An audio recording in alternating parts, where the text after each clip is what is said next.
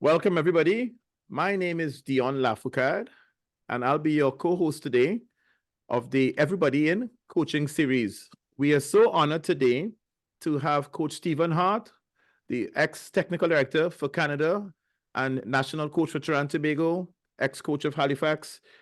Coach Stephen, we'd like to take this time to welcome you. Thanks very much for having me. And also, this presentation is going to be put online, so we are not a lot of coaches are going to be seeing this online. So we're glad for the coaches who have attended, and we will have a very, very enjoyable time. Coach Stephen, what I'd like you to do, if you could share for me, just talk a little bit about your journey as a coach. Where did it start? How did you get to where you eventually ended up as a coach, please? Well, it was kind of strange because it wasn't really planned, to be honest. A friend of mine from Trinidad and Tobago, Jeffrey Agostini, was coaching some under 14 kids, and I went with him here in Canada. And I went with him and I watched the youngsters and thought, maybe I could give something back to the game, give something to these young players. And I really didn't know what I was doing. I was just doing what we used to do, street stuff, really. And just little things that I had picked up along the way because I was lucky enough to have some very good coaches in Trinidad and Tobago. And there was an elderly gentleman from Hungary. And he was very close to me, a mentor, sort of. And he said, listen, I think you should go do coaching courses. And I said, I don't know if I want to do all of that. Because coaching hadn't really developed to that point. Yes, there were some coaching courses and stuff, but it was really find your way as you go along. Certification wasn't required, and et cetera, et cetera. But anyway, I took his advice, and he said to me, look, just go do the course, get your paper, and then use your own ideas as you go along. So anyway, that was what happened. And then when I finished university, I was back in Trinidad and Tobago, and somebody called and said, listen, we want to give you a job as a player development director in a province of Nova Scotia. And I said, yeah, okay, I'm interested. I came up. That led to being technical director of the province for about 10 years. And then Canada had a coach, Olga Osek, who came and asked me to join the national youth team program. And eventually I took over that entire program, 15, 17, right through to the under 20s and in the males and on the male side. And then the senior coach at the time, Frank Yallop, said, I want you to come as an assistant. So I went with him, and then he resigned, and I got the coaching job for the senior men for the Gold Cup in 2007. And I became the assistant of the eventual coach they hired. And then I became the coach of the Canadian team after that. And then moved on to being the coach of Trinidad and Tobago and then Wanderers. Within that time, I was also the technical director of the country of Canada, and largely responsible for coaching development and the national training center model that we had here at the time. So, in a nutshell, that's how it all came about. I can't really say it was planned, but it evolved into that. And for the younger coaches, Coach Stephen, who would be watching this broadcast, when you were as a younger coach, is it because you were getting results, or you were just very good with the players? What was the impetus that said, I can actually go further on? What was that impetus? You know what? And it still is for me today. The impetus is to watch somebody fulfill their potential. That is it for me. Yeah, of course, when you're coaching and you're coaching teams, because I see it in two phases. One is player development, the other is team development. And of course, results become important at that point. But for me, it was always the the development of the individual, especially at the youth level, to see them progress and move on. And I still love to see that. I still love to see that. Of course, winning games and that whole atmosphere of being in a tournament or trying to qualify for a World Cup is fantastic. But that is something completely different. If you have to ask me what pushed me, I think I spent more along the lines of player development than anything else. Okay, Coach Stephen, I know you have a presentation prepared for us. What I'll do, I'll let you go ahead and go through your presentation a little bit, and then we'll come back to some questions at the end of the presentation. Yeah, sure. And the main thing to understand about the presentation is that it's really to provoke discussion. So I will roll through it probably fast.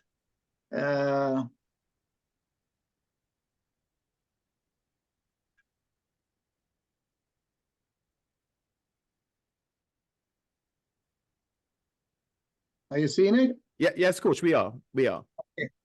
So basically, we're talking about fulfilling your potential as a coach, right? And I always feel that in order for us to truly understand coaching, we have to respect the past, work in the present, and anticipate the future. And I say that because a lot of times when I look at discussions and especially now with social media, you see a lot of things that people are calling modern trends. And I have to laugh because, I saw for example, the importance of the third man and third man running. And I remember reading a book by Eric Batty written in 1969 about the importance of the third man, the development of third man running into the game and all of that. So what's old is now new. And what is new would probably have been old. So it's important to respect the past and know the history of certain developments within the game. For myself, I think if I have to give a coach any advice, it's be yourself. Yes, coaching courses, coaching education is important, but you have to be yourself. You have to be brave enough to have your own ideas. And do not ignore or devalue the importance of enthusiasm. Enthusiasm goes a long way as a coach. And of course, learning has no roof. Anybody could teach you something. And I honestly feel if you know the outcome, if you know where you want to be, the journey will reveal itself. And I tell players that as well. If you know where you want to be, the journey will reveal itself. And the biggest question is, are you willing to do what is necessary? Right? Because a lot of players would love to be at the top level, would love to be a professional, but they're not willing to do what's necessary. Right? And of course, you have never underestimate the power of resilience. Most of what we do, we play a role in influencing behavior. And resilience in the face of failure is essential. And I mean essential because you're probably going to be have less successes than you do positive outcomes in sport. So resilience is important. So we encourage athletes how to bounce back, how to maintain a positive mindset, and learn from their mistakes. Just continue to strive to improve, because mistakes is how we learn. Mistakes is how we actually learn. And I love this quote here. In dealing with people, remember that you are dealing with creatures of logic. You are not dealing with creatures of logic, but emotions. You're dealing with emotions, and this is extremely important. For me, the key values of coaching is the importance of integrity, you know, to try and build trust, to maintain certain ethical standards. You do your best to be honest, but not in a bullying sort of way, if that makes sense. You know, have some transparency and accountability in the interaction with athletes. You know, I think some of the best coaches have this quality. They're straightforward. Now, professional. I see Kenwin is on the discussion, and you know, professional athletes are a lot different than youngsters, and I think sometimes us in Trinidad and Tobago, we're a little bit overcritical and don't consider the feelings of the players, right? And also recognizing contributions. You know, it's important to understand that you have a staff around you, you have people around you, and that support staff is extremely important, because I always have a saying, who motivates the motivator? And you depend on your staff, even though you have to motivate them to keep you in check. And it is important to give them some sort of credit for the work they do, because a lot of your success will depend on how they do. And we you know, humility allows coaches to acknowledge a collective effort and success of the team. And of course, we're back to that thing called failure. And if you listen to anybody in sport, if you listen to anybody that achieve anything in life, there's a lot of failure, right? So if you view failure as a learning opportunity, have a way of analyzing your mistakes, identify areas of improvement, and develop strategies to avoid similar failures, you're on the right track. I'm not saying you're going to get it right all the time, but you are on the right track. You know, I know sometimes, you know, you do a coaching session and I'm driving home, and I have you wouldn't believe how many diaries I have from every team, every coaching session I still keep them. And sometimes I would be driving home and saying, I should have said this, I should have done this, I should not have allowed this to happen. You're going to make the same kind of mistakes that players make. It's within your sort of your what am I the word I'm looking for? Your place in the whole setup of the team, which is creating the environment, you know, and how you react to failure and adapt to setbacks is absolutely crucial. Absolutely crucial, because players pick up on that. They pick up on your body language in the dressing room after a loss. They pick up on your general language, your body language, on everything after a loss. And media picks up on that as well, right? So you have to see failure as a platform for learning. And then it's called experience, right? The problem with experience is you seldom have it when you actually need it, you know? And the more you coach and the more you understand this, the better off you would be. And I love this little slide here. None of us is as smart as all of us.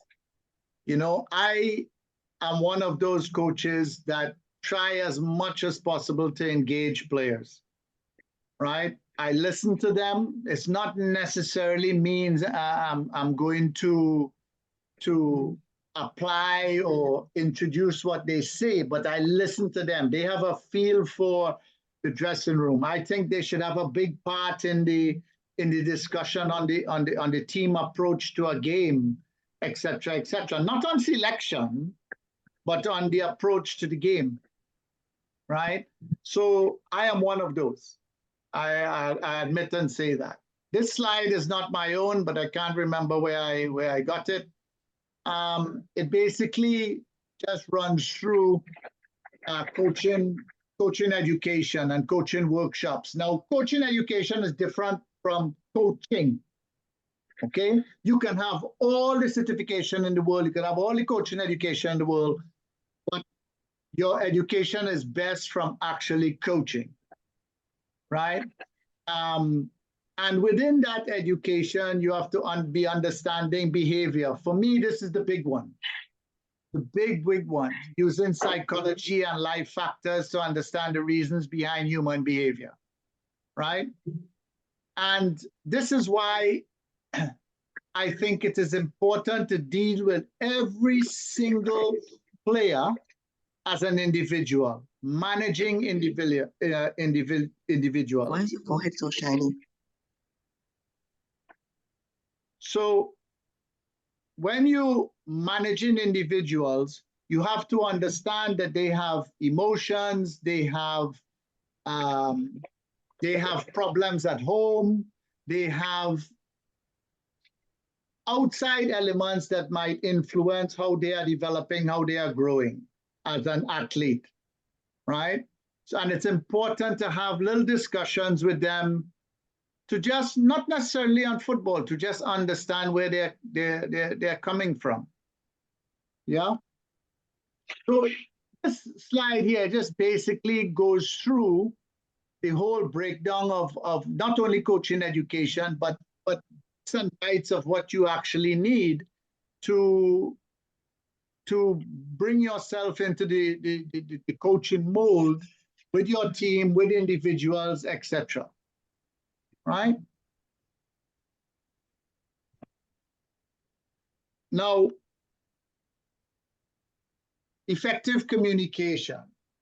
This is a difficult one because you convey instructions and expectations to players. You communicate the standards that you demand. But really and truly, communication in itself is a two-way street, right? Relax. And I think you can't only look at communication and say this is necessary, because comprehension from the person you are communicating with is difficult to get a measure of, right? So actively listening and providing some sort of Your forehead is an Avengers level threat. constructive feedback is essential, right? Essential. And of course, your leadership. Set positive examples for players throughout your actions and attitude. Inspire and motivate players to perform at their best. Now, we used to have a rule with our staff in Host, that read the chat, bro. regardless of what happens or what is happening, you cannot be showing that you have concerns or that something is wrong, right? You just cannot. If the grass is too long on the training pitch, make a joke about it. If the food is not good, make a joke about it, but don't make it an issue. Do not make it an issue, because you will be giving players excuses, right? Player development for me is, I would say, what our job basically is. Coaching is the art of influencing playing behavior through emotional connection, right? So identifying strengths and weaknesses in the individual player and providing a personalized training plan is what coaching is about. Now, I find, now this is just personal, okay? I'm not saying I'm right, I'm just saying this is what I find, is that too many times we focus on what the player cannot do, okay? And I used to have this all the time when I coached national youth teams. Coaches used to, when I say I like a certain player, they would say, hey, but coach, he don't do this. Well, I'm not picking a player or identifying a player of what they cannot do. I'm identifying them on what they can do. And what a player cannot do well has to be managed. The player has to learn to manage that. But what they do well They need to continue polishing and utilize in the game for the best of the team, right? I think this is underestimated. And of course, tactical knowledge. Well, this is always has a lot of discussion because for me, sometimes we don't have the discussion if you win, right? It's almost as if winning forgives many sins. And really and truly, sometimes you win a game you didn't deserve to win, right?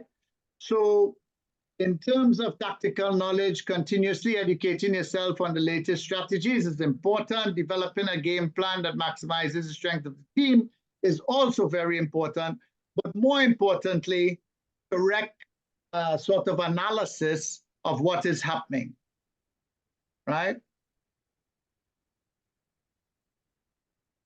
Just to touch on a lot of what I just said, you know, the importance of building relationships. Of course, you are, you know, in the Navy SEALs, they work in groups or command groups of only 8 people, because they have figured out that a leader, a commander, whatever, can only guide around 8 people.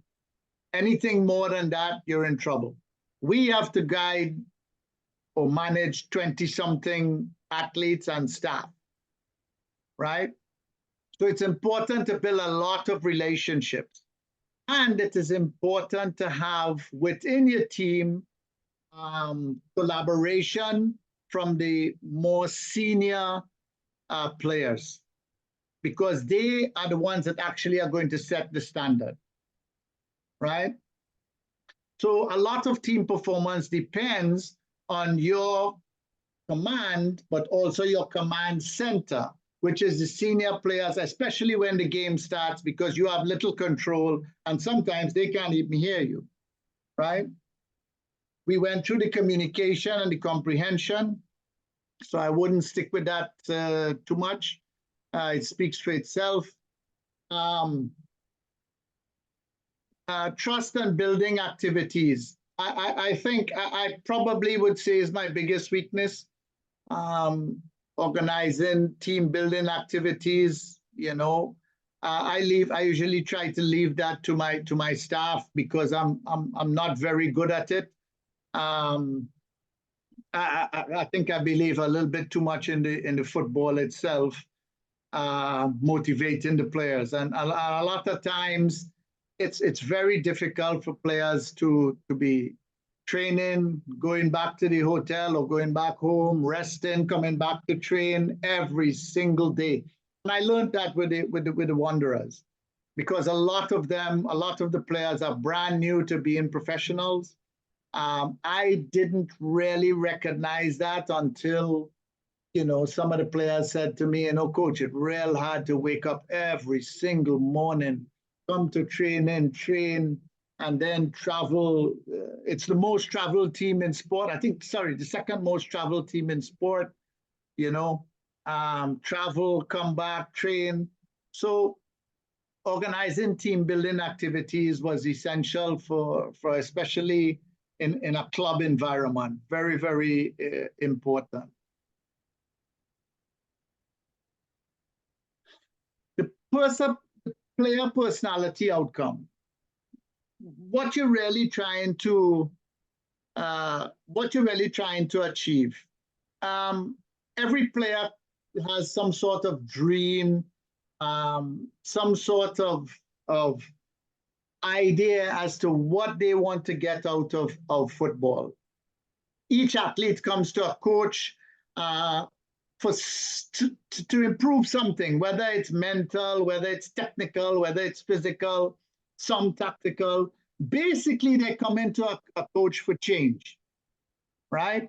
And a lot of times, change is a painful thing.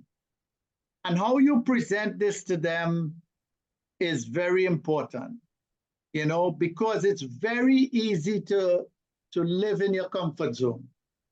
If I have one criticism, and I'm generalizing, of players in Trinidad and Tobago, is that they're in their they don't like to come out of their comfort zone. They don't like to suffer, right?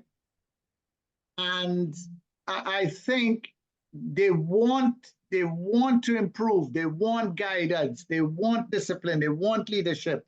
But sometimes it's hard for them to accept because change is painful. And what I want from my players is 1, enthusiasm, 2, passion, right? Because I'm not asking them to play for Stephen Hart. I'm asking them to play for the country. They came to me because they want to improve, right? They can't do that without certain qualities. And they have to be competitive to the core. When I say competitive to the core, football and team sport has a paradox, right? You have to be competitive within your team to get on the 11. You have to be competitive within the 11 to stay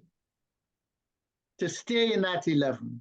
And then those that are on the bench have to be competitive in the sense that when they do get their opportunity, they make the most of it.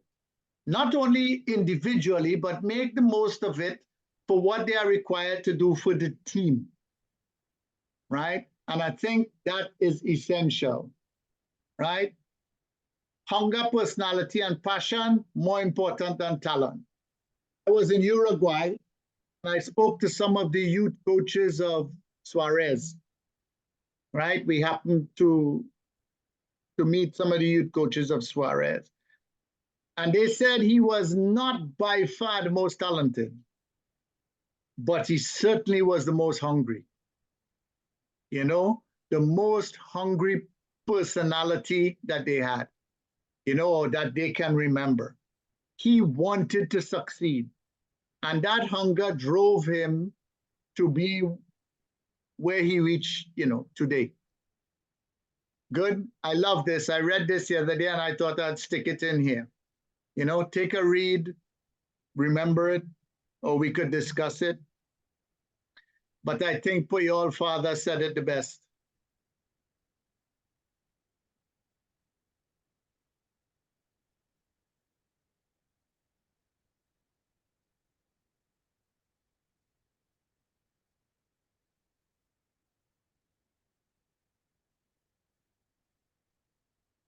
Now, assessing your team needs. Now, this is going to change a lot, you know? And I think sometimes when I go and I watch training sessions, and I'm watching a lot more of it now than I did in the past, especially with youth coaches, I'm not sure the sessions are addressing the needs. I think too many times the coaches coach to entertain the players, for lack of a better word, right? But they're not really identifying or improving the individual players' skill set. For example, I went to watch on the 13 game the other day. They had a young boy in the midfield. When I tell you a lovely player, you know, control, move the ball, look to get it back. He knows what he's doing, you know. So I asked the coaches after the game, what's next in developing this player? Not one of them could really give me an answer. You know, and I didn't say anything to them. I just asked the question because, you know, I felt, I wanted to find out, do they know how to take this player to the next level of his game? You know, that gets you to setting objectives, not just for the team, but for individuals, and also setting up objectives for realistic objectives for yourself. Planning of drills and session, implementing training, and again, evaluating the progress. I was at, and this was a professional organization of an academy, and the coaches told me they were, you know, they were moving on from whatever their aims and objectives were. And I was surprised because I didn't think the players were ready to move on. They weren't getting it, you know. But, you know, they said, well, the curriculum says we need to move on now. And for me, that's not a proper evaluation of the analysis of what is actually going on. And within that, the effective use of data, and we could talk about data in the game, in the answers and sort of question and answers. Dion, I'm stuck here. Sure, is the presentation is stuck? Yeah, it seems so. All right, try. Okay, so try and go backward and forward and let me know, and then I could try and take it up from there. No, it's not moving. I'm kind of stuck. All right, no problem. So then what you do, just press escape, and then you stop share. All right, good. So and then stop share, and then let me share from there. So far, while I'm bringing over to coach, while I'm changing over to continue the slide. In a country like Trinidad and Tobago and you know, somewhat in the Caribbean, and we sometimes have a reputation of a crab in the barrel, a crab in the bucket mentality. Have you seen that from the coaching side of it? And if you have seen it, what advice would you give to us as coaches in terms of we wanting to be the top coach, you know, and therefore not thinking, well, we need to work together, because it's something that comes up quite a lot in the Caribbean as coaches. Yeah, I think we need to be sharing ideas and having a lot of discussions off the field, because if you and a swimming coach once told me this. I happened to be sitting down next to a swimming coach on a flight years ago. And she said to me, you know, sometimes I don't understand my colleagues. It's important that we get together, share ideas, and build the sport. Because only through doing that, we remain employed, right? And so basically we need to be unified off the field in terms of sharing ideas, discussions, and all of that, much like golfers are. But on the field, we compete. Nothing wrong with that. You know, nothing is wrong with that. You know, you look at golf, and I'm not a golfer. You know, where I come from, you know, we were called caddies. But really and truly, you see somebody going to make a putt, and they're talking to Tiger Woods, who they're playing against, about, you know, the run of the green, etc., and he giving them advice. So, you know, I think we should very much be that way. That's excellent. Let me share my screen. Let me share my screen. Share. Okay, coach, you seeing my screen? Email. Yeah, okay, email. So one sec. Yeah, one sec. Let me hide the controls. All right, good. And then I'm going to go to the PowerPoint. Yeah. I'm going to go to the PowerPoint. And was this the one that you want, coach? Yeah, I want to move on from that. You're gonna move on from that. No problem at all. Okay, we're gonna go here. Yeah. We're gonna go from current slide. Okay, great. Okay, the game day approach. The game day approach, you know, basically is a build up towards game day. You know, you have to develop a game plan based on the opponent's strengths and weaknesses, adjust your tactics in the game, etc. Now, there's two trains of thought in this, and I don't mean to drop a name here, but I remember talking to Arsene Wenger, and you know, he said to me, I don't really do a lot of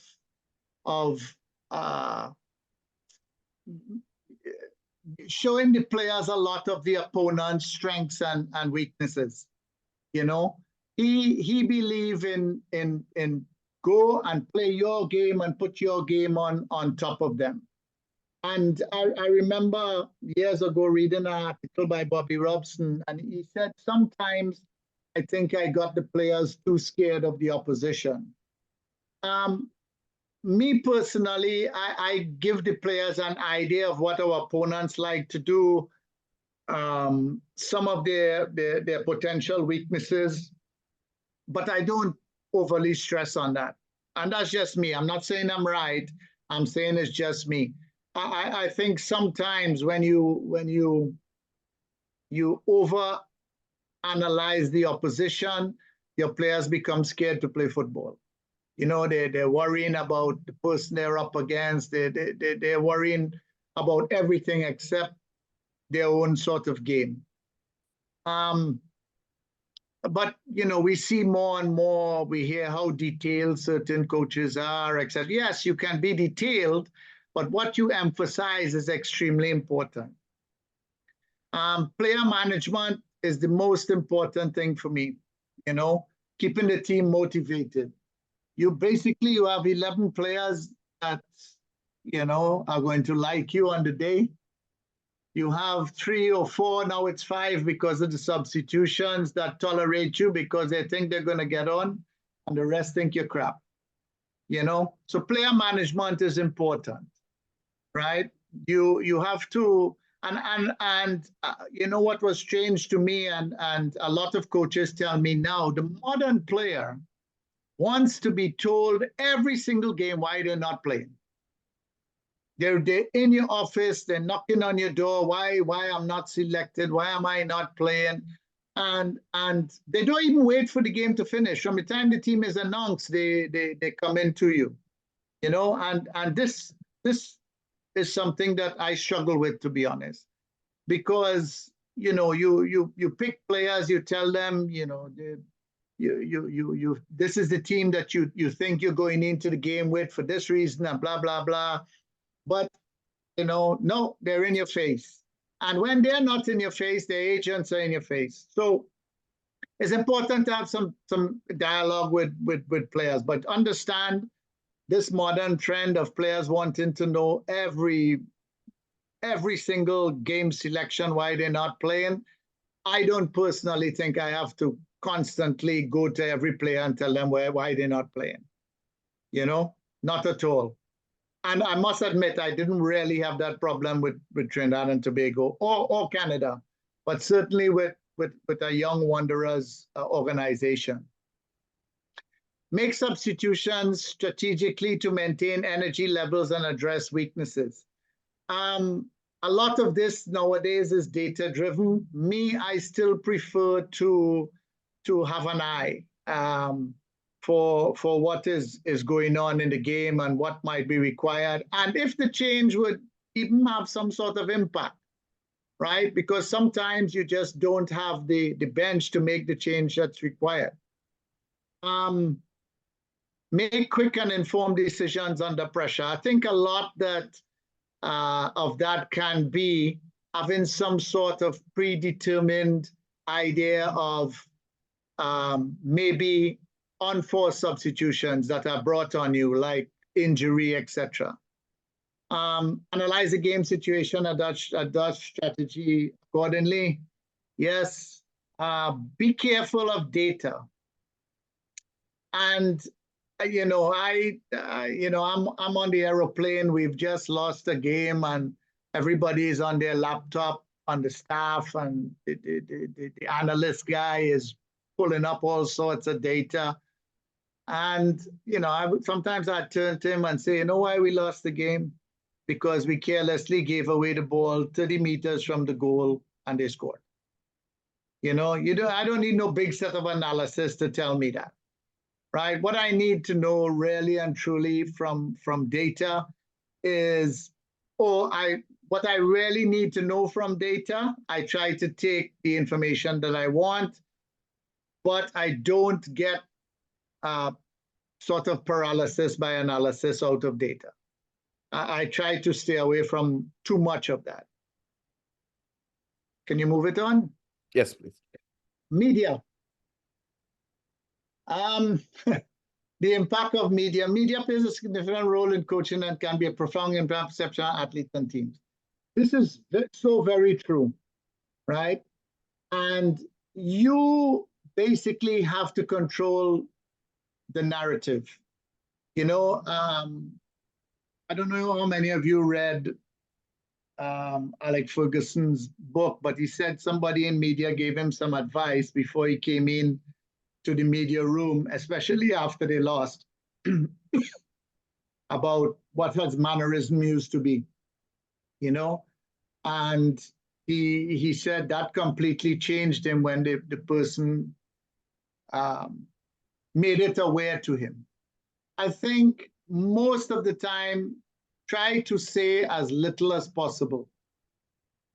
You know, I do my best to protect the athletes. I do my best to find some sort of positive representation of what is happening, because sometimes you lose a game and really you didn't deserve to lose the game, right? So it's important to control the narrative. Now, social media, for me, is the biggest detriment to young players that there is today. Yesterday, I saw where Liverpool Academy has some very strict rules. One of them is when you come to the academy at 8:30 or 9 o'clock or whatever time it is, your phones are taken away from you and not given back to you until after training, right? I think social media has a massive impact. And I tell, we at Wanderers, I had a social media sort of training for players, but we're not going to get away from it. It's a big part of young people's life. They want the likes, you know, but I keep telling them the same people that, you know, are saying positive things about you and they like you and all that is the same people that are going to tear you down when you have a bad game. So try to stay off social media, especially just after games, etc. In the older time, you know, the crowd would in the stadium will give you a hard time, and then there would be some print media that might be critical or might be supportive. I never read any of it. I never read any of it. Now people send, you know, they send it to you and say, oh, you see what so-and-so said, etc. But I never read any of it. But what I'm getting at is I think social media is extremely dangerous for players, you know? And from a coaching standpoint, you might be able to handle it, but you have to be aware that your family is reading it. And a lot of it can be very abusive, you know? So be aware of that. I think you have to sometimes let your family know the impact of it. Can we move along? Thank you. I love this. I love this. And it's so true. You could have all the knowledge in the world, but if you don't have a way of bringing it forward in a simplified manner so that your players can understand, etc., etc., it's no good. It will never be enough and it will be no good. Can move along. I love this. This is one of my favorite sayings, and it speaks for itself. Yep. Thank you for your patience.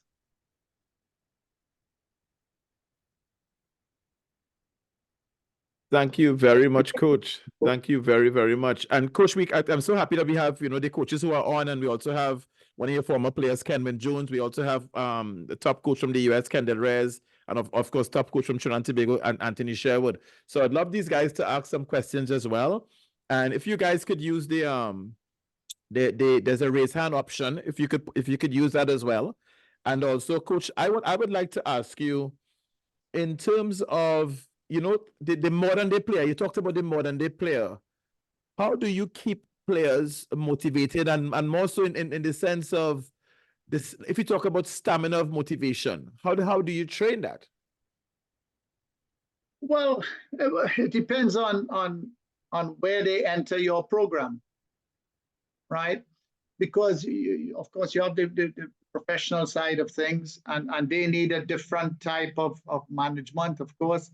And then you have the youth development side of things. And really, the stamina of that player, of being able to train every day, to commit to getting better, right, et cetera, is what separates the players that make it from those that don't quite make it.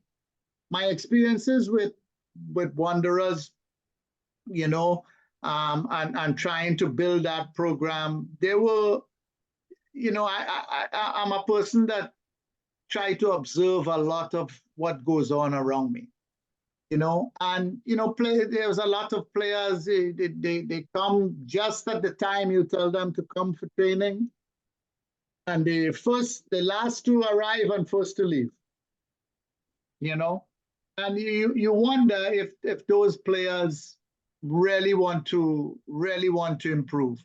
They come to you, they say, Coach, what do I need to do? Blah, blah, blah, blah, blah. And you say, okay, in the long term, you need to be working on this. And in the meantime, within the team, this. And they say, yes.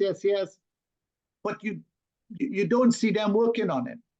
You know, and the bottom line is even the people that climb Mount Everest have a Sherpa, somebody to show them the way, but they still have to climb it, right?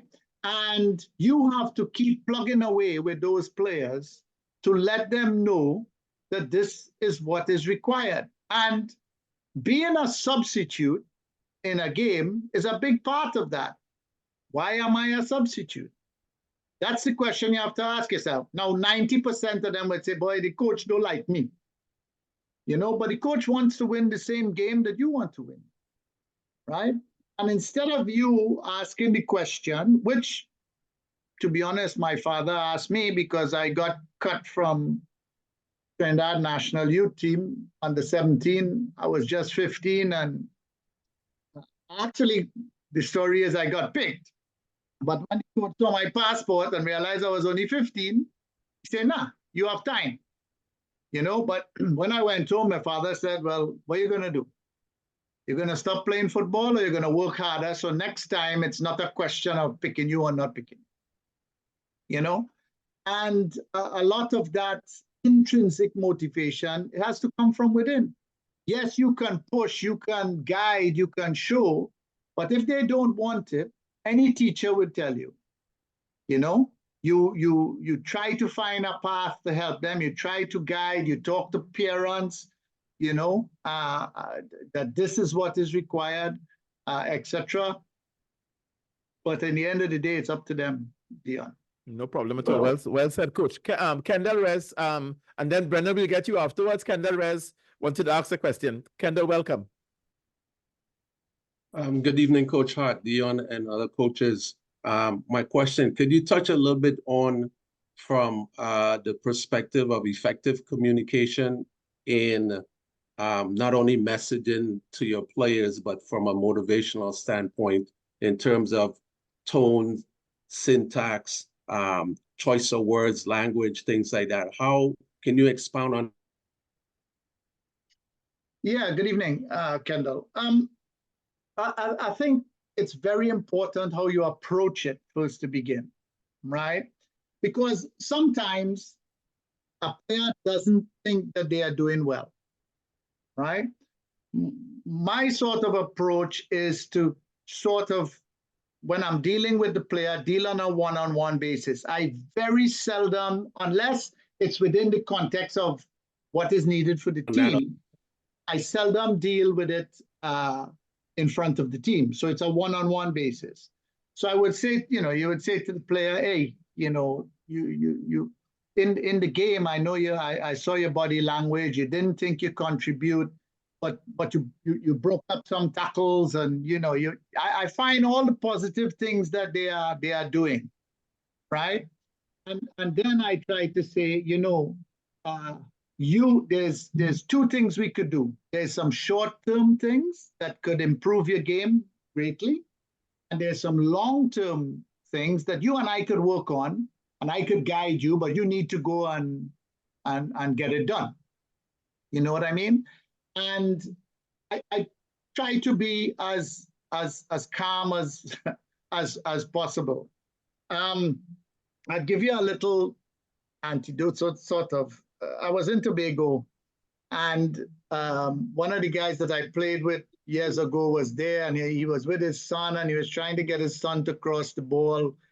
And I mean, he was hammering at this poor young man. I don't think he was 13 years old even, you know, but he was hammering away in sort of typical our style, you know, and it's his father. So, you know how it is. But so I said, you mind if I talk to him?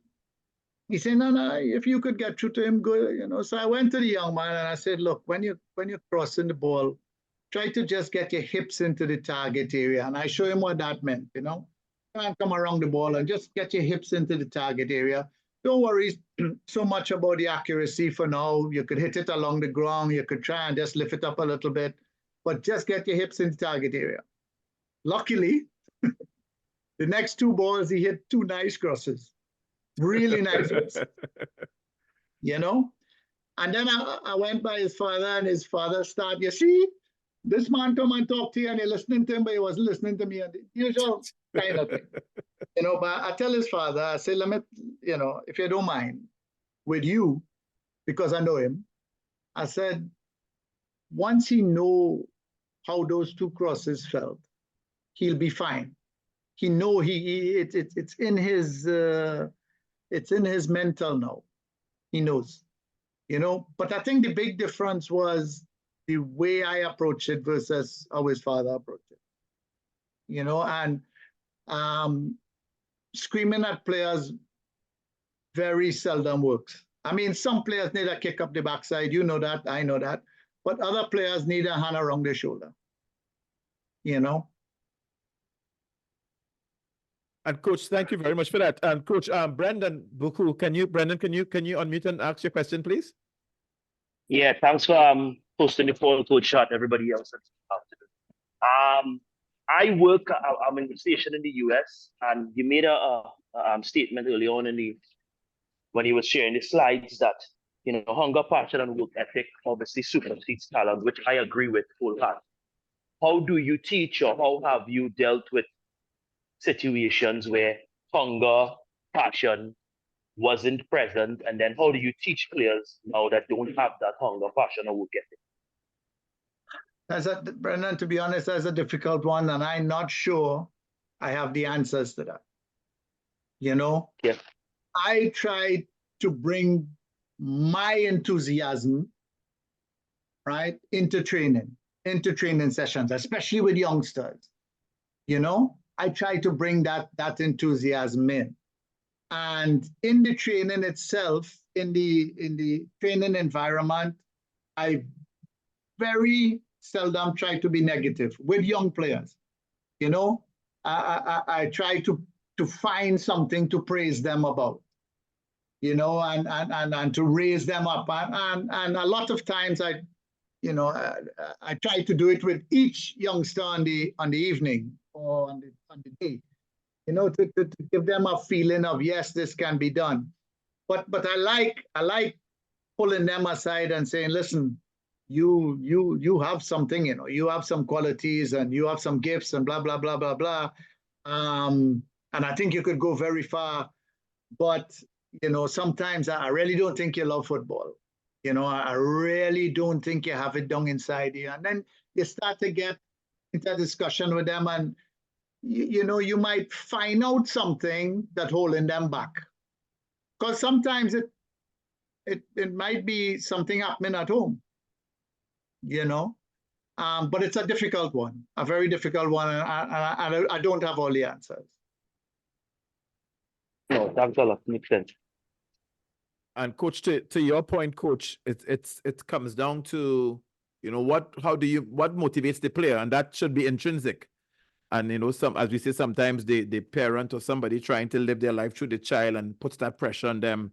But I love your approach, because I know Kenman is on with us, and if Kenman is he's actually traveling at the same time, but he was on with us because Kenman talked a lot about you as a coach and your approach, and he refers to you as a player's coach. And I think that says a lot, Coach, in terms of how you deal with players.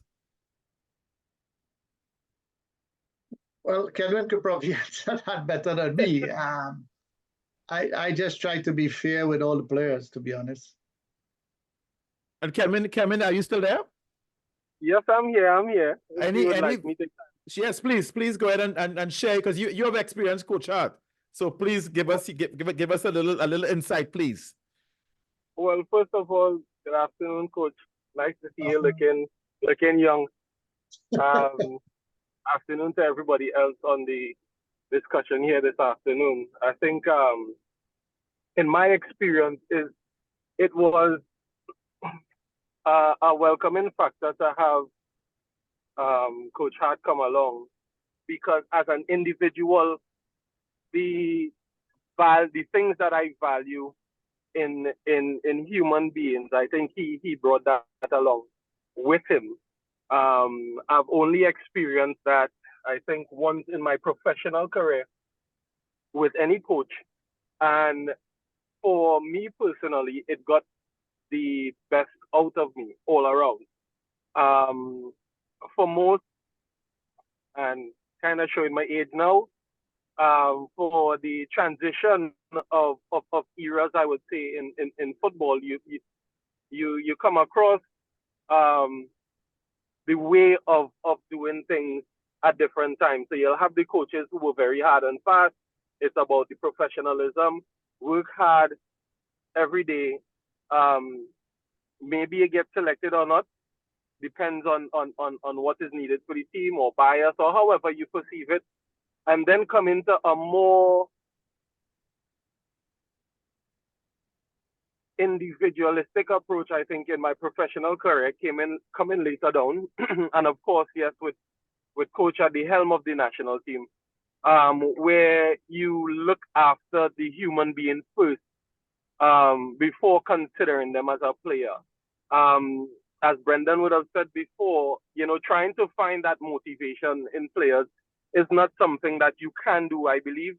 But getting to know what is their motivation, what makes them happy, what inspires them is something that you can gain by that effective communication. I do believe, and unfortunately, I'm a part of Gen Z now, or coaching Gen Z, where yes, they want to know everything. If I had a good day today, if I made that cross properly, why am I not selected? Did I have a good game? I just want to play, that type of thing with them. I don't believe, just as coach said, in having to explain that to a player every time. But there are the moments that it is necessary to keep that player motivated in going along with the overall picture that is there for the team. A particular phrase I like to use, for most of the young players that I deal with, is horses for different courses. Because some days you might need, certain values or characteristics of certain players, and then other days you might need something else just to be a bit different, just to give your team an edge. So it's not, more so a question of how do you reach a player, but how do you get that information so that you could provide the environment for that player to succeed.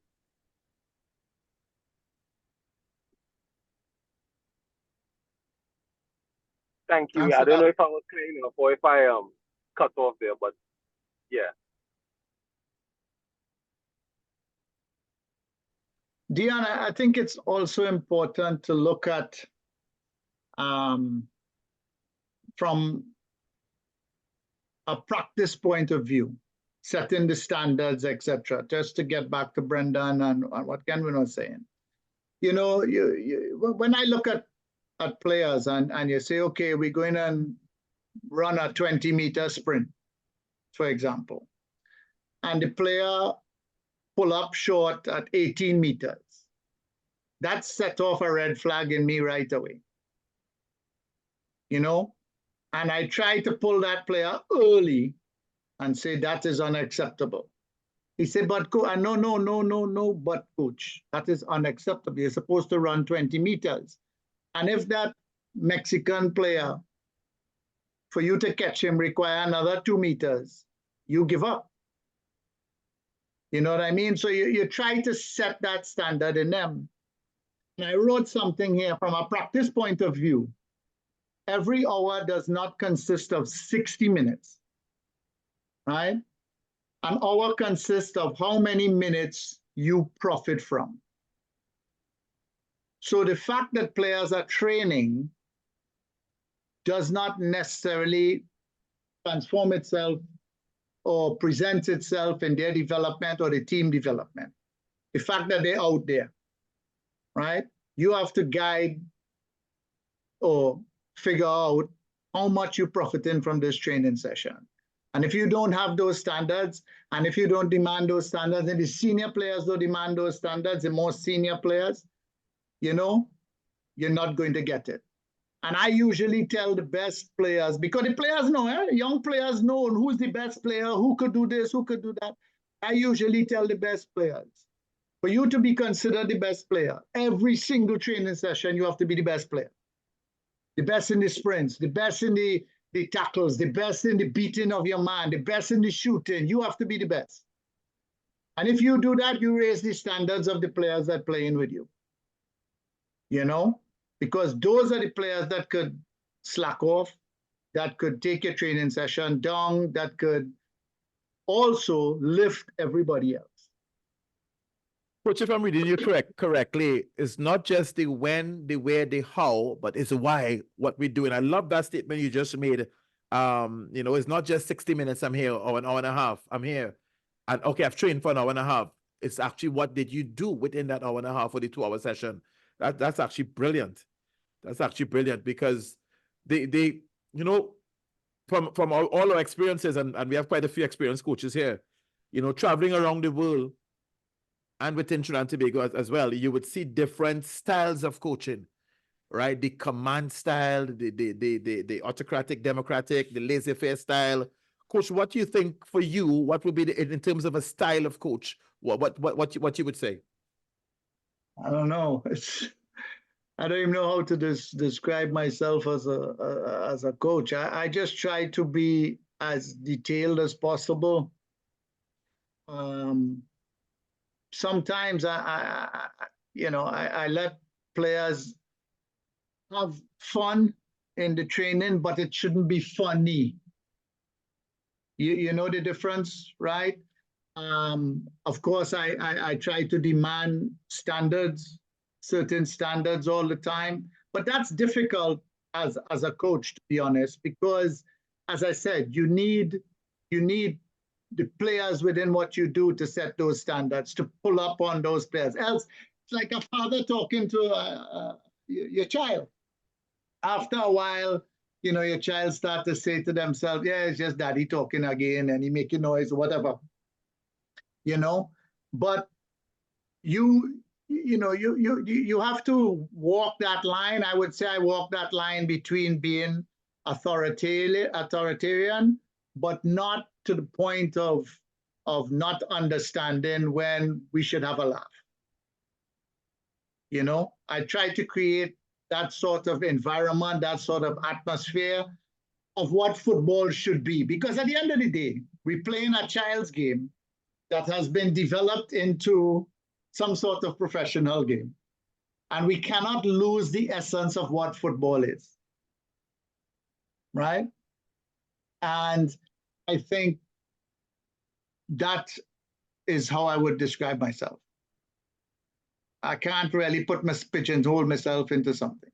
Okay, point well taken. And I love what Kenwin just said. In horses, different courses for horses. Yes. You know, so yeah, because everybody would not enjoy the same meal, so to speak. You know, so coach, for the coach who his bosses, right, has said to him, you know, your job is result oriented.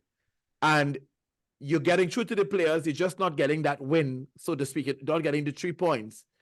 How do you hold back that pressure that, you know, your job is on the line and not pass it on to the players and still wanting to please your bosses at the same time? Is that possible at all? No, it's not. You know, the bottom line is you have different situations. You have the players sense when a coach is cooked, you know, and that's when everything starts to break down. Now, you might have some players that are on the side of the coach, and you'll have another group of players who can't wait for that coach to go. You know, you just have to plug away at your work. But what I will say in that situation is you have to know your dressing room. And those players that are disrupting, that are genuinely not doing what they are paid to do, right? Well, you may not have pros, but those players that are disrupting what you do, get rid of them. Go down, if you're going to go down with your guns blazing, with the players that you think deserve to play, right? Now, sometimes it may mean one of your best players or two of your best players have to go. And I made that mistake. I made that mistake more than once. You know, if I say I have a major weakness, is I always feel like I turn around somebody. But now well, now it might be too late because you know, I lived with it all my life. But get rid of those players. Get rid of those players. You know. And coach, I'm so glad that you touched on that because, again, and this is not to throw to knock anybody at all. We all make mistakes as coaches.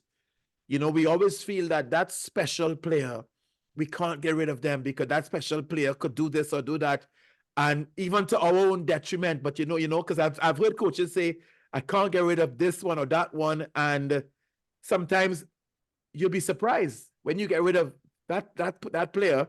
The other players feel at ease a little bit because that player sometimes is demanding of every other player to be at their level when sometimes that's not possible. I don't know if you want to talk a little bit about that, coach. Yeah, I mean, there's a difference between someone demanding standards or demanding a certain performance and someone that's genuinely disrupting things, that's going against what, you know, what the team rules are, what you know, what we have agreed to. You know, I think there's a big difference, right? You know, someone that's turning up late for training and just basically doing what they want to do. You ask them to do something on the pitch, and they're just doing what they want to do. Now, I feel if someone don't have discipline in life, off the field, have certain disciplines, they're not going to carry out any instruction or discipline on the field. So, for me, get rid of them. Get rid of them. And you know, and if you think that you're going to be fired and all, you can't worry about that because sometimes you've had a great season, and the next season you're plagued with injuries. You know, you only have 12, 14 players on the bench, and you're not getting the results. And owners don't care about that. They read in social media and the media, and the pressure is on, you know, to get rid of you, and they get rid of you. And, you know, if so be it, we shake hands and part as friends, you know. Because that's sort of a segue into the next question I had in terms of as a coach dealing with administration. Because, you know, the administration may have the funds to put out for what you need and the resources. And what advice you'd give to young coaches in terms of having to deal with administration? Well, you have to be aware of the situation you're coming into. Okay?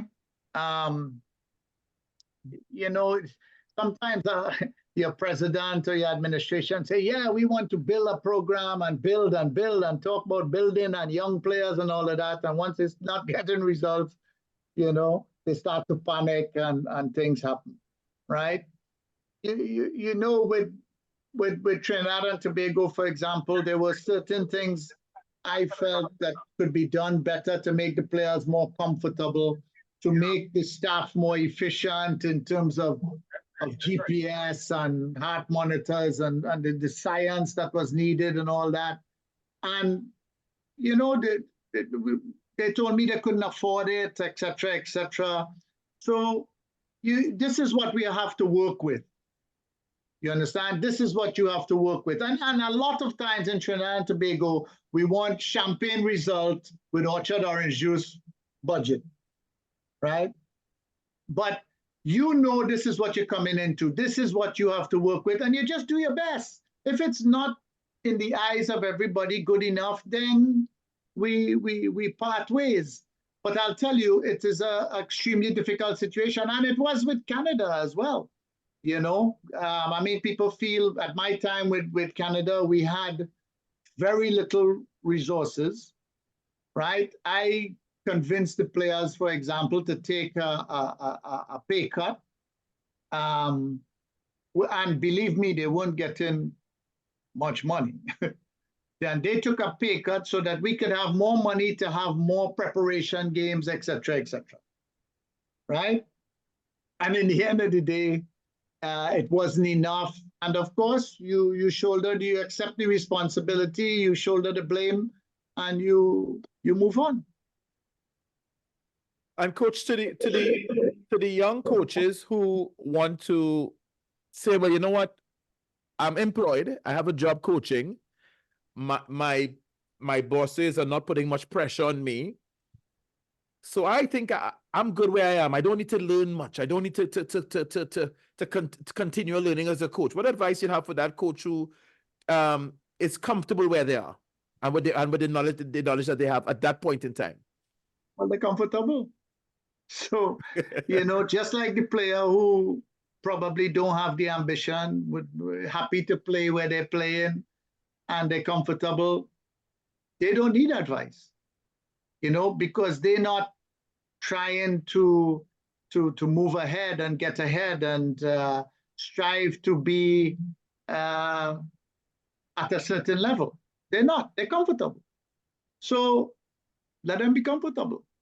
Why take them out of that comfort zone if they don't want to be there? You know, I'm sorry, but that's how I look at it. If you come to me for advice, it's different, right? But I know coaches, I know a lot of coaches that are what you just described, and they're happy. And if they're happy, hey, that's the most important thing, is they're happy. And Coach Stephen, to the young coach as well, who wants to do well in coaching, but looking at the world of coaching and saying, wow, I don't know if I could.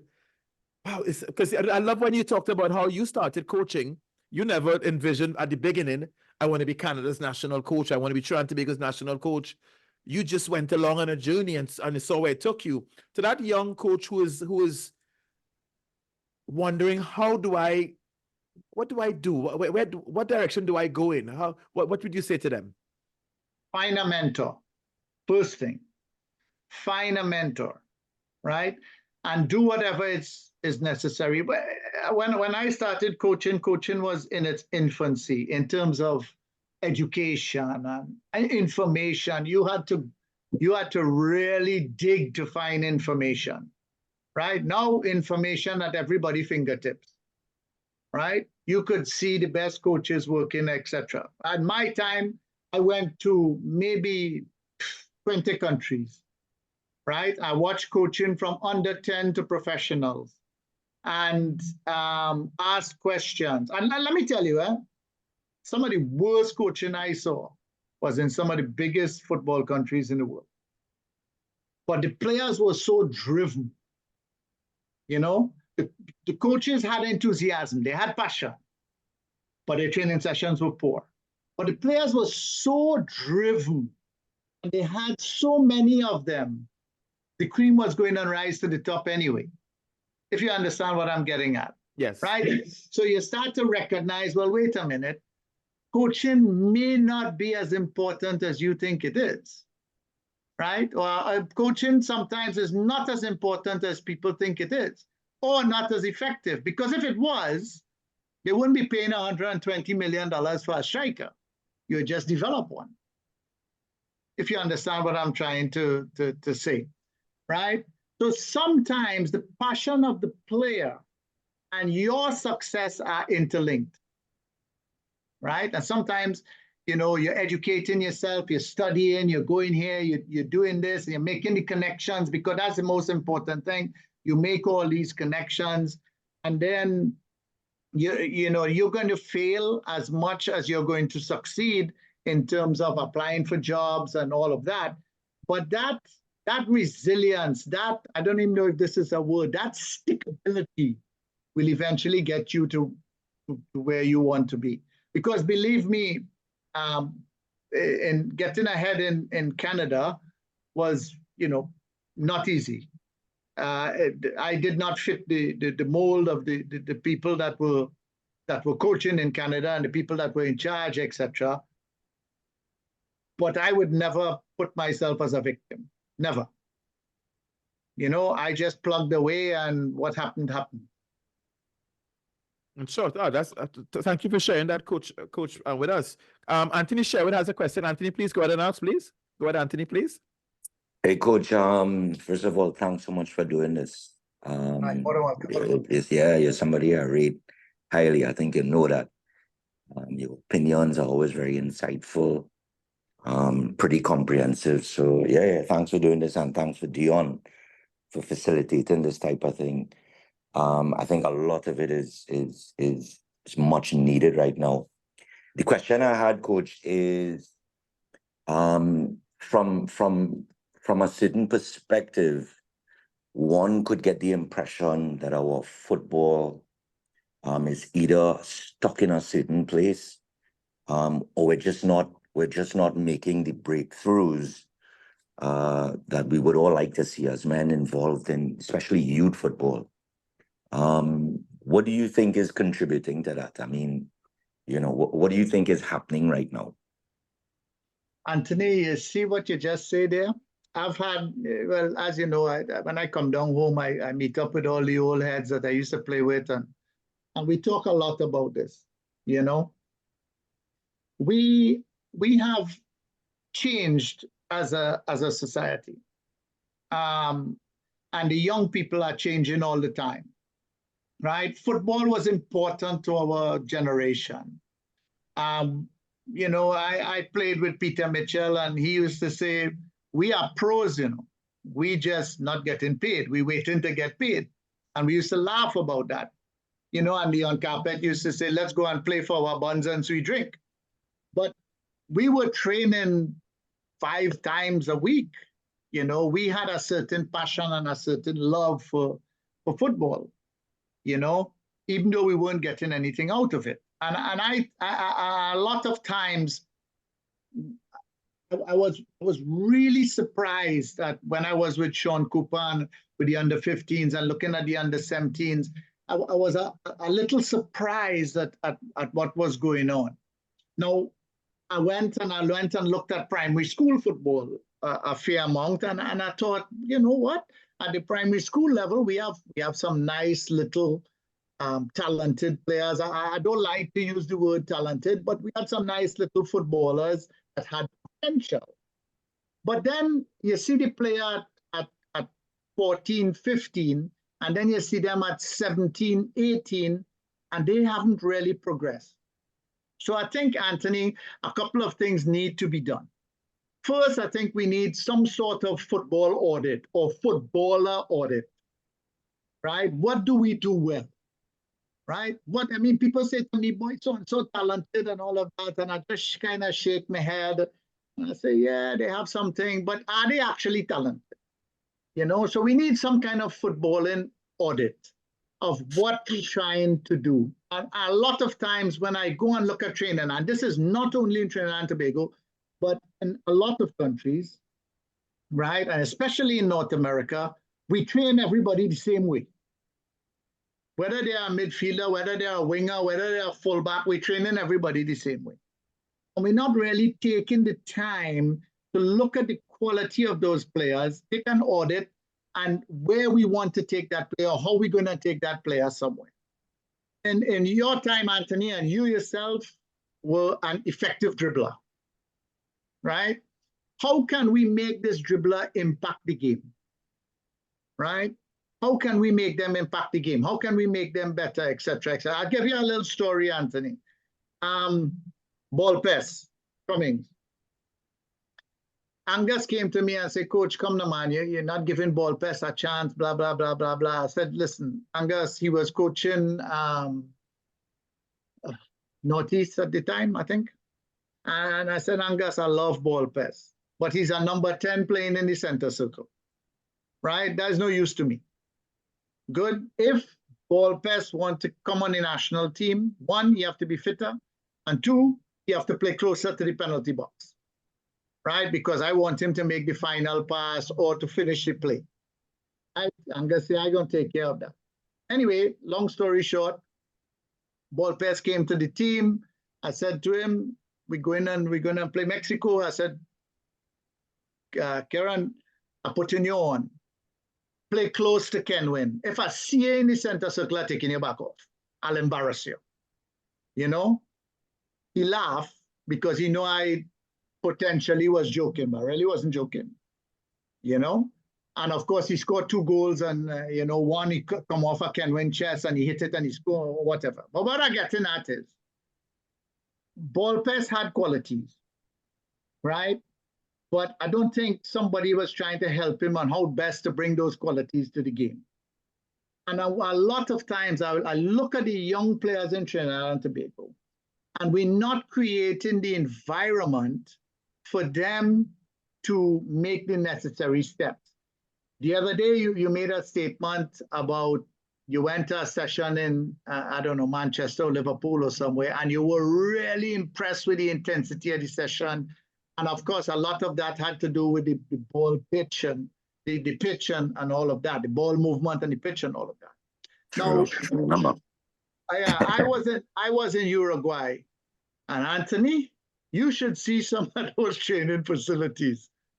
I was even in Mexico at Chivas. The training facility for some of them youngsters is no better than what we have.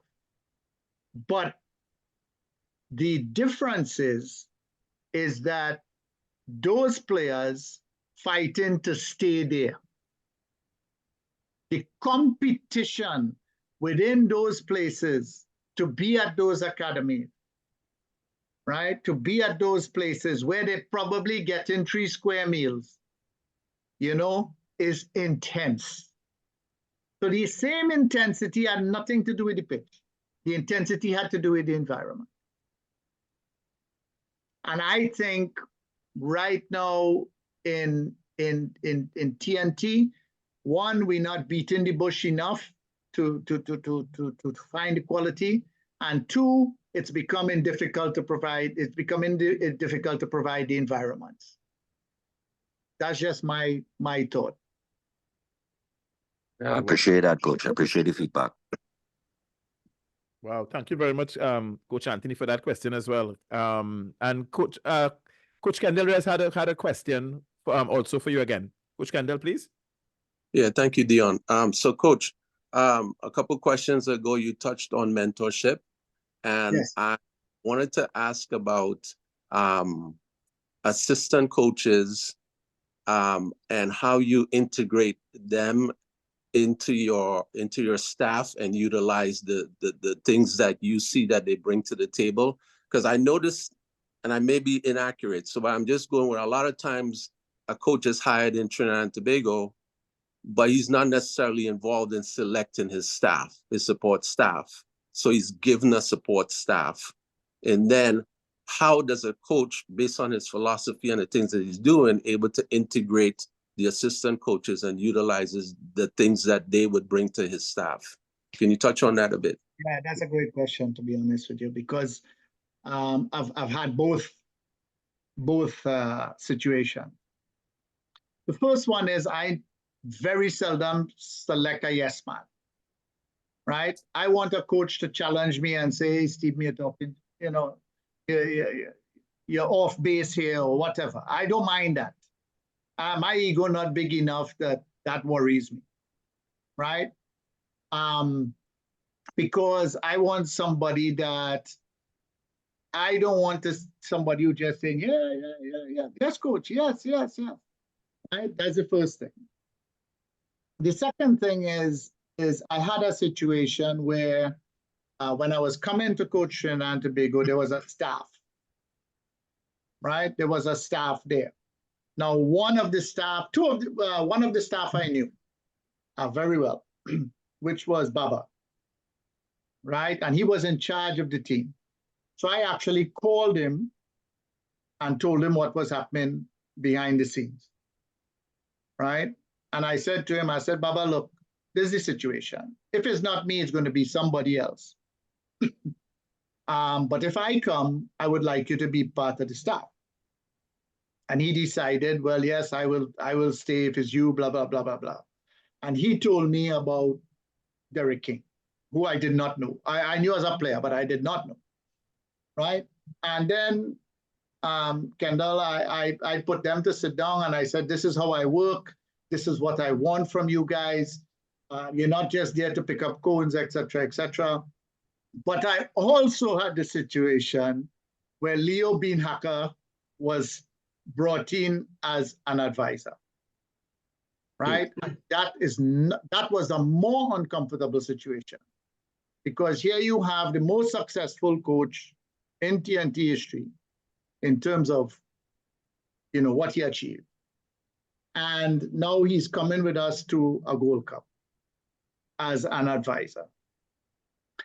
But Leo was, I have to admit, fantastic, because he came in and he watched the training. He didn't say a word, right? Which is hard for him. He watched the training sessions. He came with an assessment. This is what I see. Your staff, this, that, the other. And he asked some very difficult questions, right? Some very difficult questions.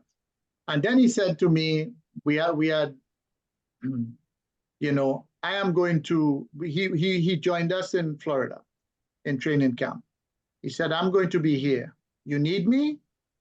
Ask for my advice. You don't need me, I will sit down in the stands and watch your games. And I would be a fool. I would have been a fool not to engage Leo Beanhacker, But a couple of times, I thought he overstepped his bounds in terms of he was kind of dealing with the players. And he apologized for that. But I didn't go and say, look, Leo, I think you're overstepping your bounds. I just said to him, I said, boss, because I was calling him boss. I said, boss, sometimes you're making it a little difficult for me. When you talking to the player, I don't know what you're talking to the player about. And then I have to turn around and I talking to the player. And he said, fair enough. Kenwin, I'm sure he remember during the El Salvador game, he came in the dressing room and he said some very harsh things. And then all of a sudden he caught himself and he apologized. But, he apologized for the situation, but he wasn't wrong. He was not wrong. He just didn't allow the staff to address it. He came in guns blazing. But what I'm getting at is, you have two situations that you've described. One where the staff is put on top of you, and the second one is where you pick your staff. Where you pick your staff is the more comfortable one, of course, right? But when the staff is put on top of you, you have to be clear as to what your expectations are of them, what their roles and responsibilities would be. And with Trinidad and Tobago, I brought in Mike Morris as my goalkeeping coach. Now, Mike and myself had played together since primary school. So we Bert Neptune, Mike Morris and myself went to the same primary school. They were older, so I knew him. We had not been in contact since playing against each other. But I knew of his role as a goalkeeping coach, and I had approached Leo, because Leo had him as a goalkeeping coach, and Leo said, I think Mike is excellent. So I brought him in. So as I said, luckily, the staff that I had put on me more or less didn't work against me in any way, shape, or fashion. They were very helpful. And maybe I was lucky. But I think once you set your boundaries, once you state clearly, this is what I expect of you, because I was quite willing, if they weren't falling in place, to get rid of them. And Coach Kendall Reg is going to ask another question, but before he does, I just want us to say what happens if there is some disunity among the staff and it goes into the players start noticing it. How do you correct that? Yeah, well, we also had that situation, and I corrected by immediately. I let them know on no uncertain terms that I wasn't going to stand for that. Now, I don't want to get into what happened with Trinidad and Tobago and myself and some of the staff later on, you know, but that was completely without me being aware, right? That was without me being aware. But yeah, you have to put your foot down very quickly. Deal with it very, very quickly. And if necessary, you cut off what needs to be cut off, because you're talking about for the good of the team, for the good of yourself, for the good of the other staff members, etc., etc. Thank you very much. Coach Kendall, go ahead, please. Yeah. So, Coach, my next question is, there's a lot of conversation about player development, and Anthony just touched on some stuff, and you rightfully reminded him of his special qualities as a player.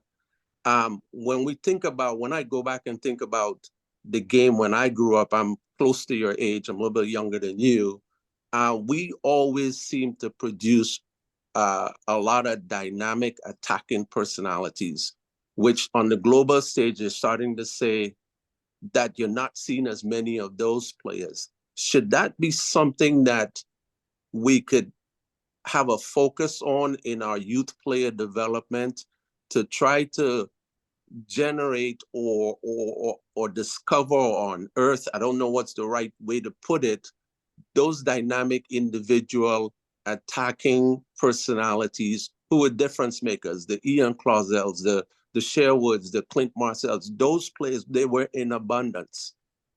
And we don't seem to see those players anymore. What would you have to say about that thought? First and foremost, I couldn't agree with you more. I mean, you're not seeing it. It's not encouraged. It's not part of our makeup anymore. We used to produce strikers from way back in my time, from the time of Buggy Haynes and Bert Neptune and then more recently, oh gosh, I just get a mental block. But I mean, Dwight and everybody else that we produce, and Kenwin and the other players too, John, etc., etc. We used to produce those, and we used to produce a lot of goalkeepers. Bean Hacker had a headache. We had 3 very good goalkeepers, right? And I think the impetus of encouraging attacking play, of invention, of making mistakes in the attacking part of the field through your willingness to attack, is something that is missing. And I think we are to blame. Coaching is to blame. I go and watch coaching sessions now, and 90% of the session is possession football. Pass the ball, pass the ball, pass the ball, pass the ball. And back in 1966, the famous Jos Fontaine wrote that if you emphasize too much on passing the ball, you take away the attacking emphasis of those players that give you the result. And he's right. It has come to fruition, and I think us as youth coaches are to blame. I'm sorry, we are to blame, because you see players that can dribble and be dynamic and take people on, being told to pass the ball.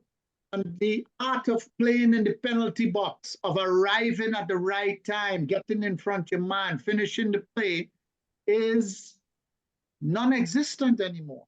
Because we coach pass the ball, pass the ball, pass the ball, pass the ball, everybody wants to be a midfielder because they're going to get to play with the ball, right? So I think we have to blame. And you are 100% correct. We need to encourage more attacking footballers. We really need to encourage that. Coach, Thank you. Thank you, Coach Kendall, for those wonderful questions. Coach Lyndon had a question quickly. Coach Lyndon.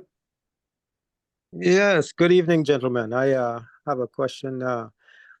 My thing is youth development, and I work with a lot of young players over the years.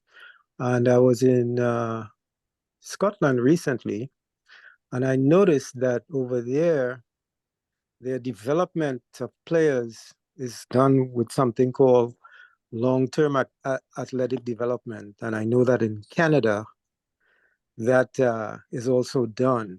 Are you familiar with that program, Stephen? Yes, Linda, good to hear from you.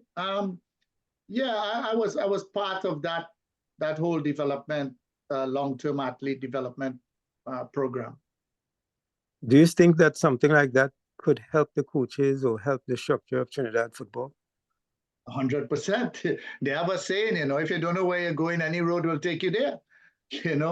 I think it is extremely important, as I said, to have an audit and to have a plan. The problem is, Lyndon, when we talk about Trinidad and Tobago, for example, and it was a big part of Canada's problem, and still, some people argue it's still part of the problem in Canada, is that we are so fractured and so much inward fighting that the word long-term does not exist.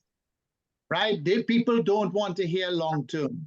The present Canada team, for example, the Davies and David and that whole generation was part of a 10-year project. It took 10 years. And for those of us who are old enough to remember, France did not make World Cup 1990. They didn't make World Cup 1994.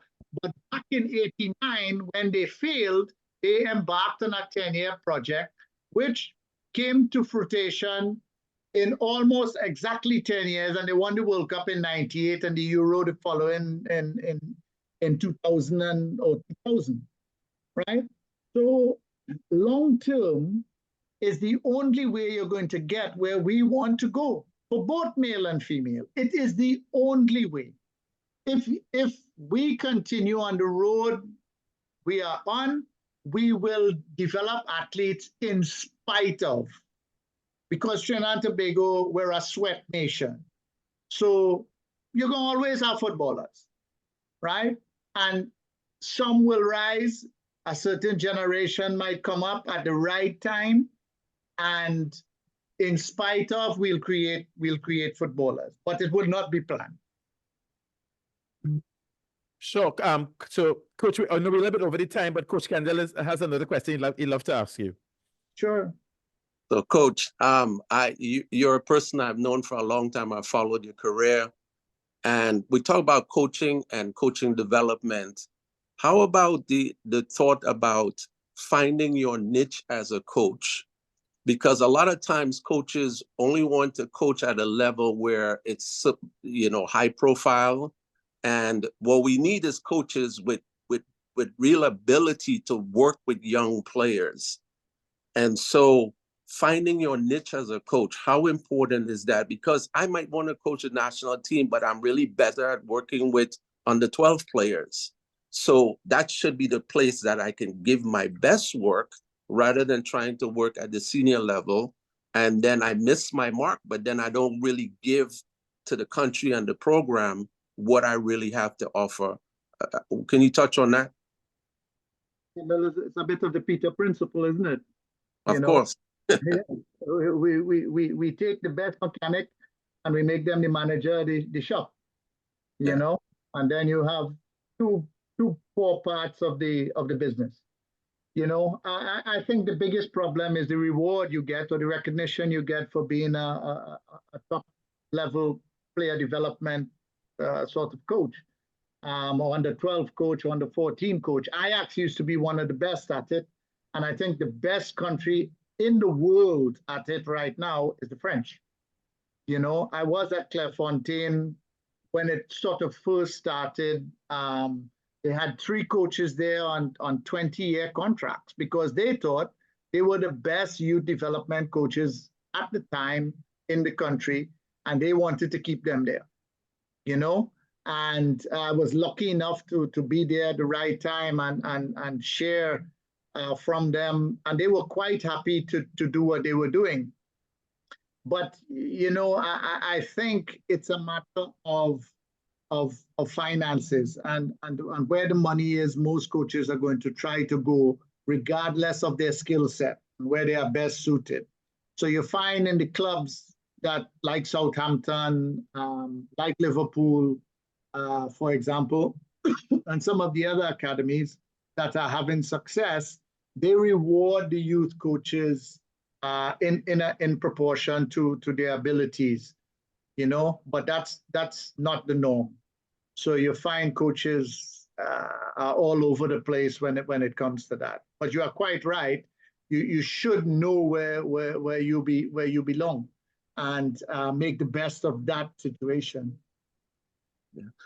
Can I follow up by saying then, when we look at Trinidad and Tobago trying to find a way forward, should that be part of the way we reestablish the programming, so that, because we want to go long term, if you're going long term one, then you have to start with younger players. So then can we refunnel or reinvest the funding to support the coaches at the lower levels, bringing the quality down there and the funding be down there, or geared towards the lower levels, so that you can get the impact in the long term?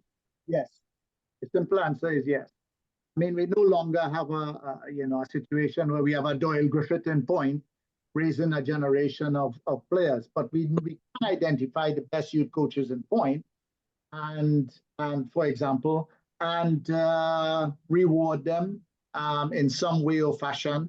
And I think that's the responsibility of not only the technical director, but of the association, to try and find the funding and have a chunk of the funding be put towards coaches that can work in Point Miaro, different parts of the country, all within a curriculum, and being rewarded as such with a probable outcome, knowing what the outcome or what the outcome would be, or what you're looking for. And I think that would change our entire country's program. Thank you. Thank you. And Coach Anthony Sherwood had a question. Anthony, go ahead, please. This is actually Anthony Clark. Anthony Clark, sorry, buddy. Sorry, Anthony. Anthony. Welcome, Anthony. Sorry, my friend. Sorry. Coach Hart, how are you? Not too bad. I would love to hear your thoughts on what the professional league has inflicted on our development.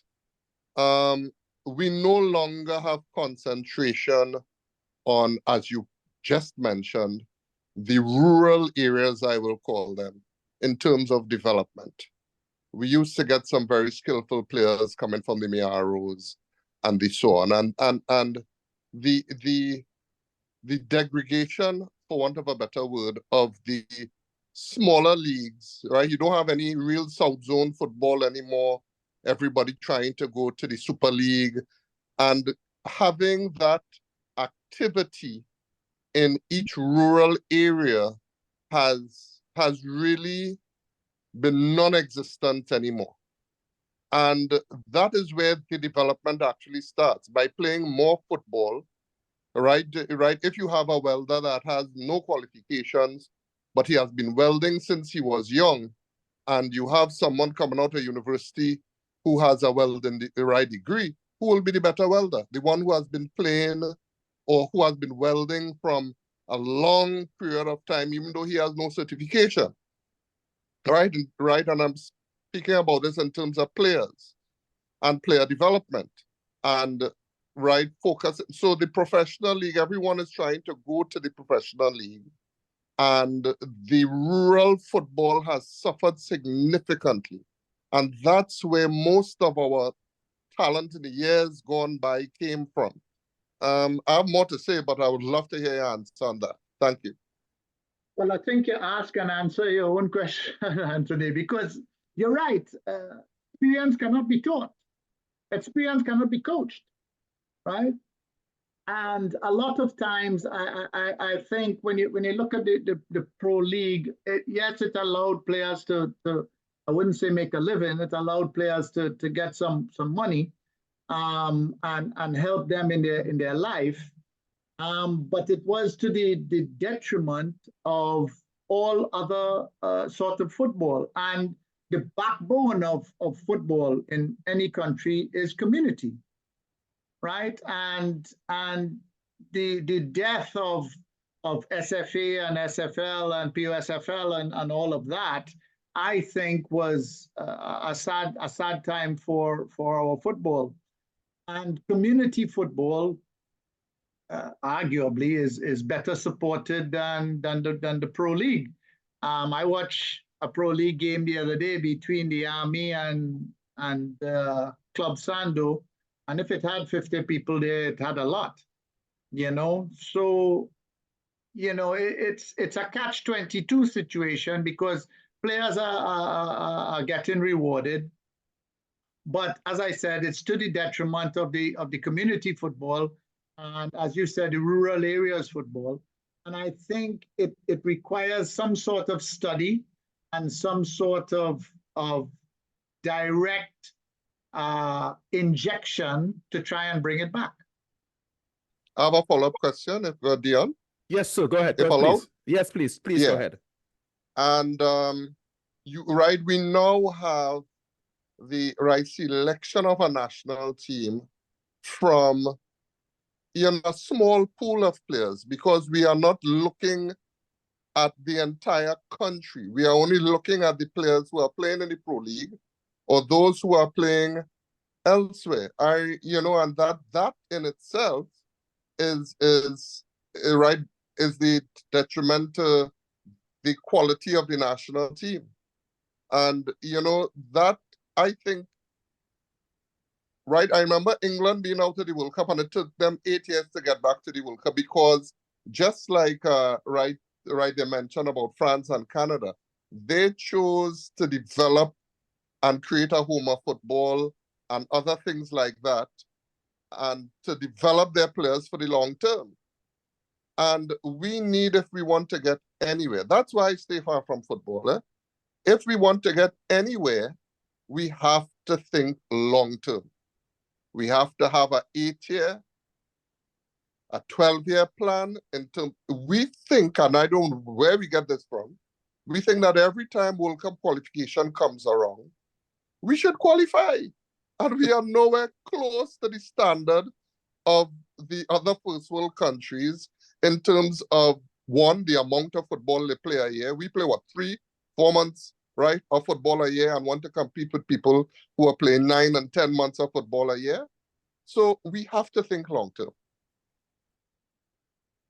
Yes, we do.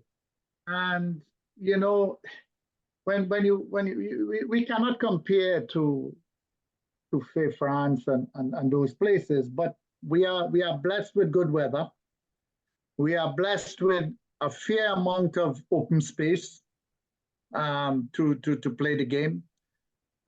We have more facilities than a lot of places, though they are not upkept.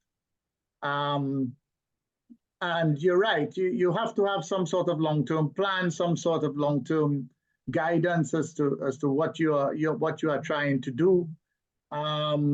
In terms of the selection of players, I think a bigger question you should be asking is why in 2006, when we qualified, we had 26 players in the UK alone, and in other countries, and now we just have a handful of players playing in more or less second-tier leagues, with only 1 or 2 players playing in a recognized league. I think that's a bigger question, and it's a question that has to be answered in terms of what happened with our player development and why are we not good enough to be in the top leagues in the world. Coach, and you know, so this is the discussion is going so great. Can we ask you to stay on a little bit longer? We have Coach Chris who just joined us from the US. He just joined. He just finished training. Coach Chris, can you unmute and ask your question, please? Yeah. Hi. Thank you, Coach. So Stephen, what advice would you give to your younger self going through this process all over again?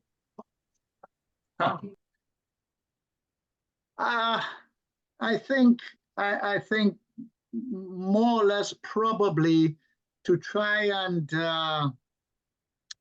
be a little more aggressive with my sort of coaching journey.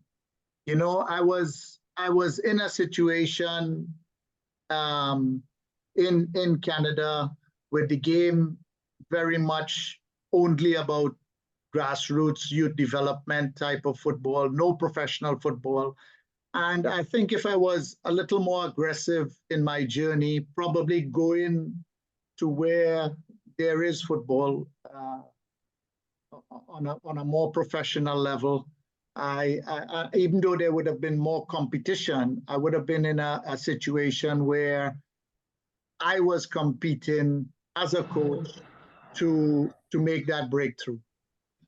You know, and you know, I stayed in an environment that had very few professional coaches, very few opportunities for professional coaches, way too long. Fantastic, fantastic, Coach. What I'd like you to do is to if you can to sum it up, if you can make a statement to coaches in general, and also to youth coaches at different levels, just to give a sort of a statement, a sort of a overall synopsis of you know, something that they're gonna obviously look back at and say, look, that advice really gave me something to think about. Just something, just in general, Coach, please. I think I would go to or make a statement that I was told when I was lucky enough to be in Italy, and that is, I'm not saying that I am right. I'm not saying that I have all the answers. What I am saying is this is what I do, right? This is what I do. This is what I did. This is my approach. You, please, when you go anywhere or you go on courses or you go to lectures or you listen to a podcast, take what you want from it, throw away what you don't want, and be yourself. Be yourself. Use your own ideas. Don't be afraid to fail with your own ideas. Okay, thank you very, very, very much. And Coach Kendall, we're going to ask Coach Kendall if you can just say move a vote of thanks, please. Coach Kendall. Yes, again, thank you, Dion. Coach Hart, what a wonderful pleasure to hear you again. I really appreciate, and I'm sure the other coaches on here, participants appreciate your authenticity in the way that you are very transparent in your thoughts and your ideas and the way that you share with us. We're very, very grateful for you and all the work you've contributed to our national program and all the other programs that you've been involved in, and your willingness to still come in and share at this point your experiences, your ideas, and thoughts about how we can move football forward in Trinidad and Tobago. We thank you wholeheartedly for your contribution in the program today.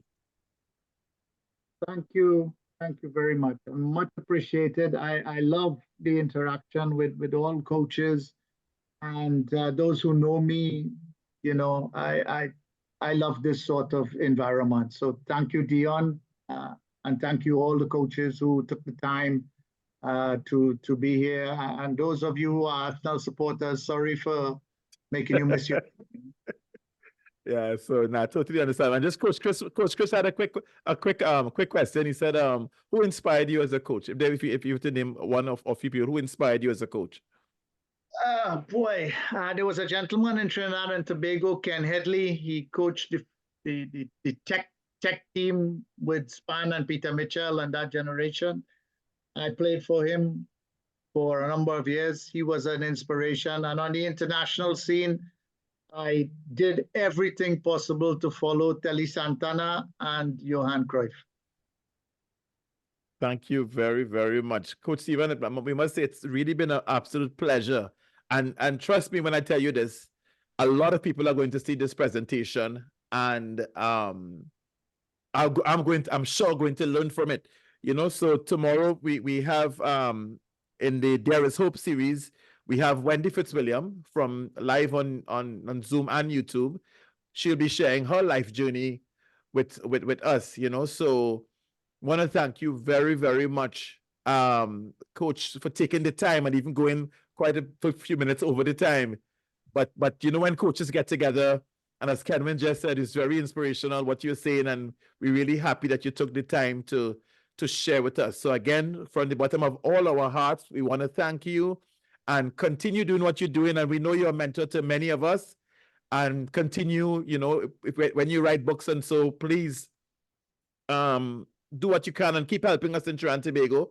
There are some of us who will take the help and will take the advice, and we will try our best to move on as coaches. So again, thank you very much. Oh, thank you. It was wonderful time. I had a wonderful time. Thank you very much. Okay, thank you, everybody. Thank you, everybody, for coming. And we really, I'll keep in, stay tuned. We have some other guests on the Everybody In program. We'd love to have you guys on board. Have a wonderful afternoon, everybody. Thank you, Dion. Thank you. Thank you. Thank you, Dion. You're most welcome. Most welcome. Coach Hart, have a wonderful day. Thank you very much. Thank you.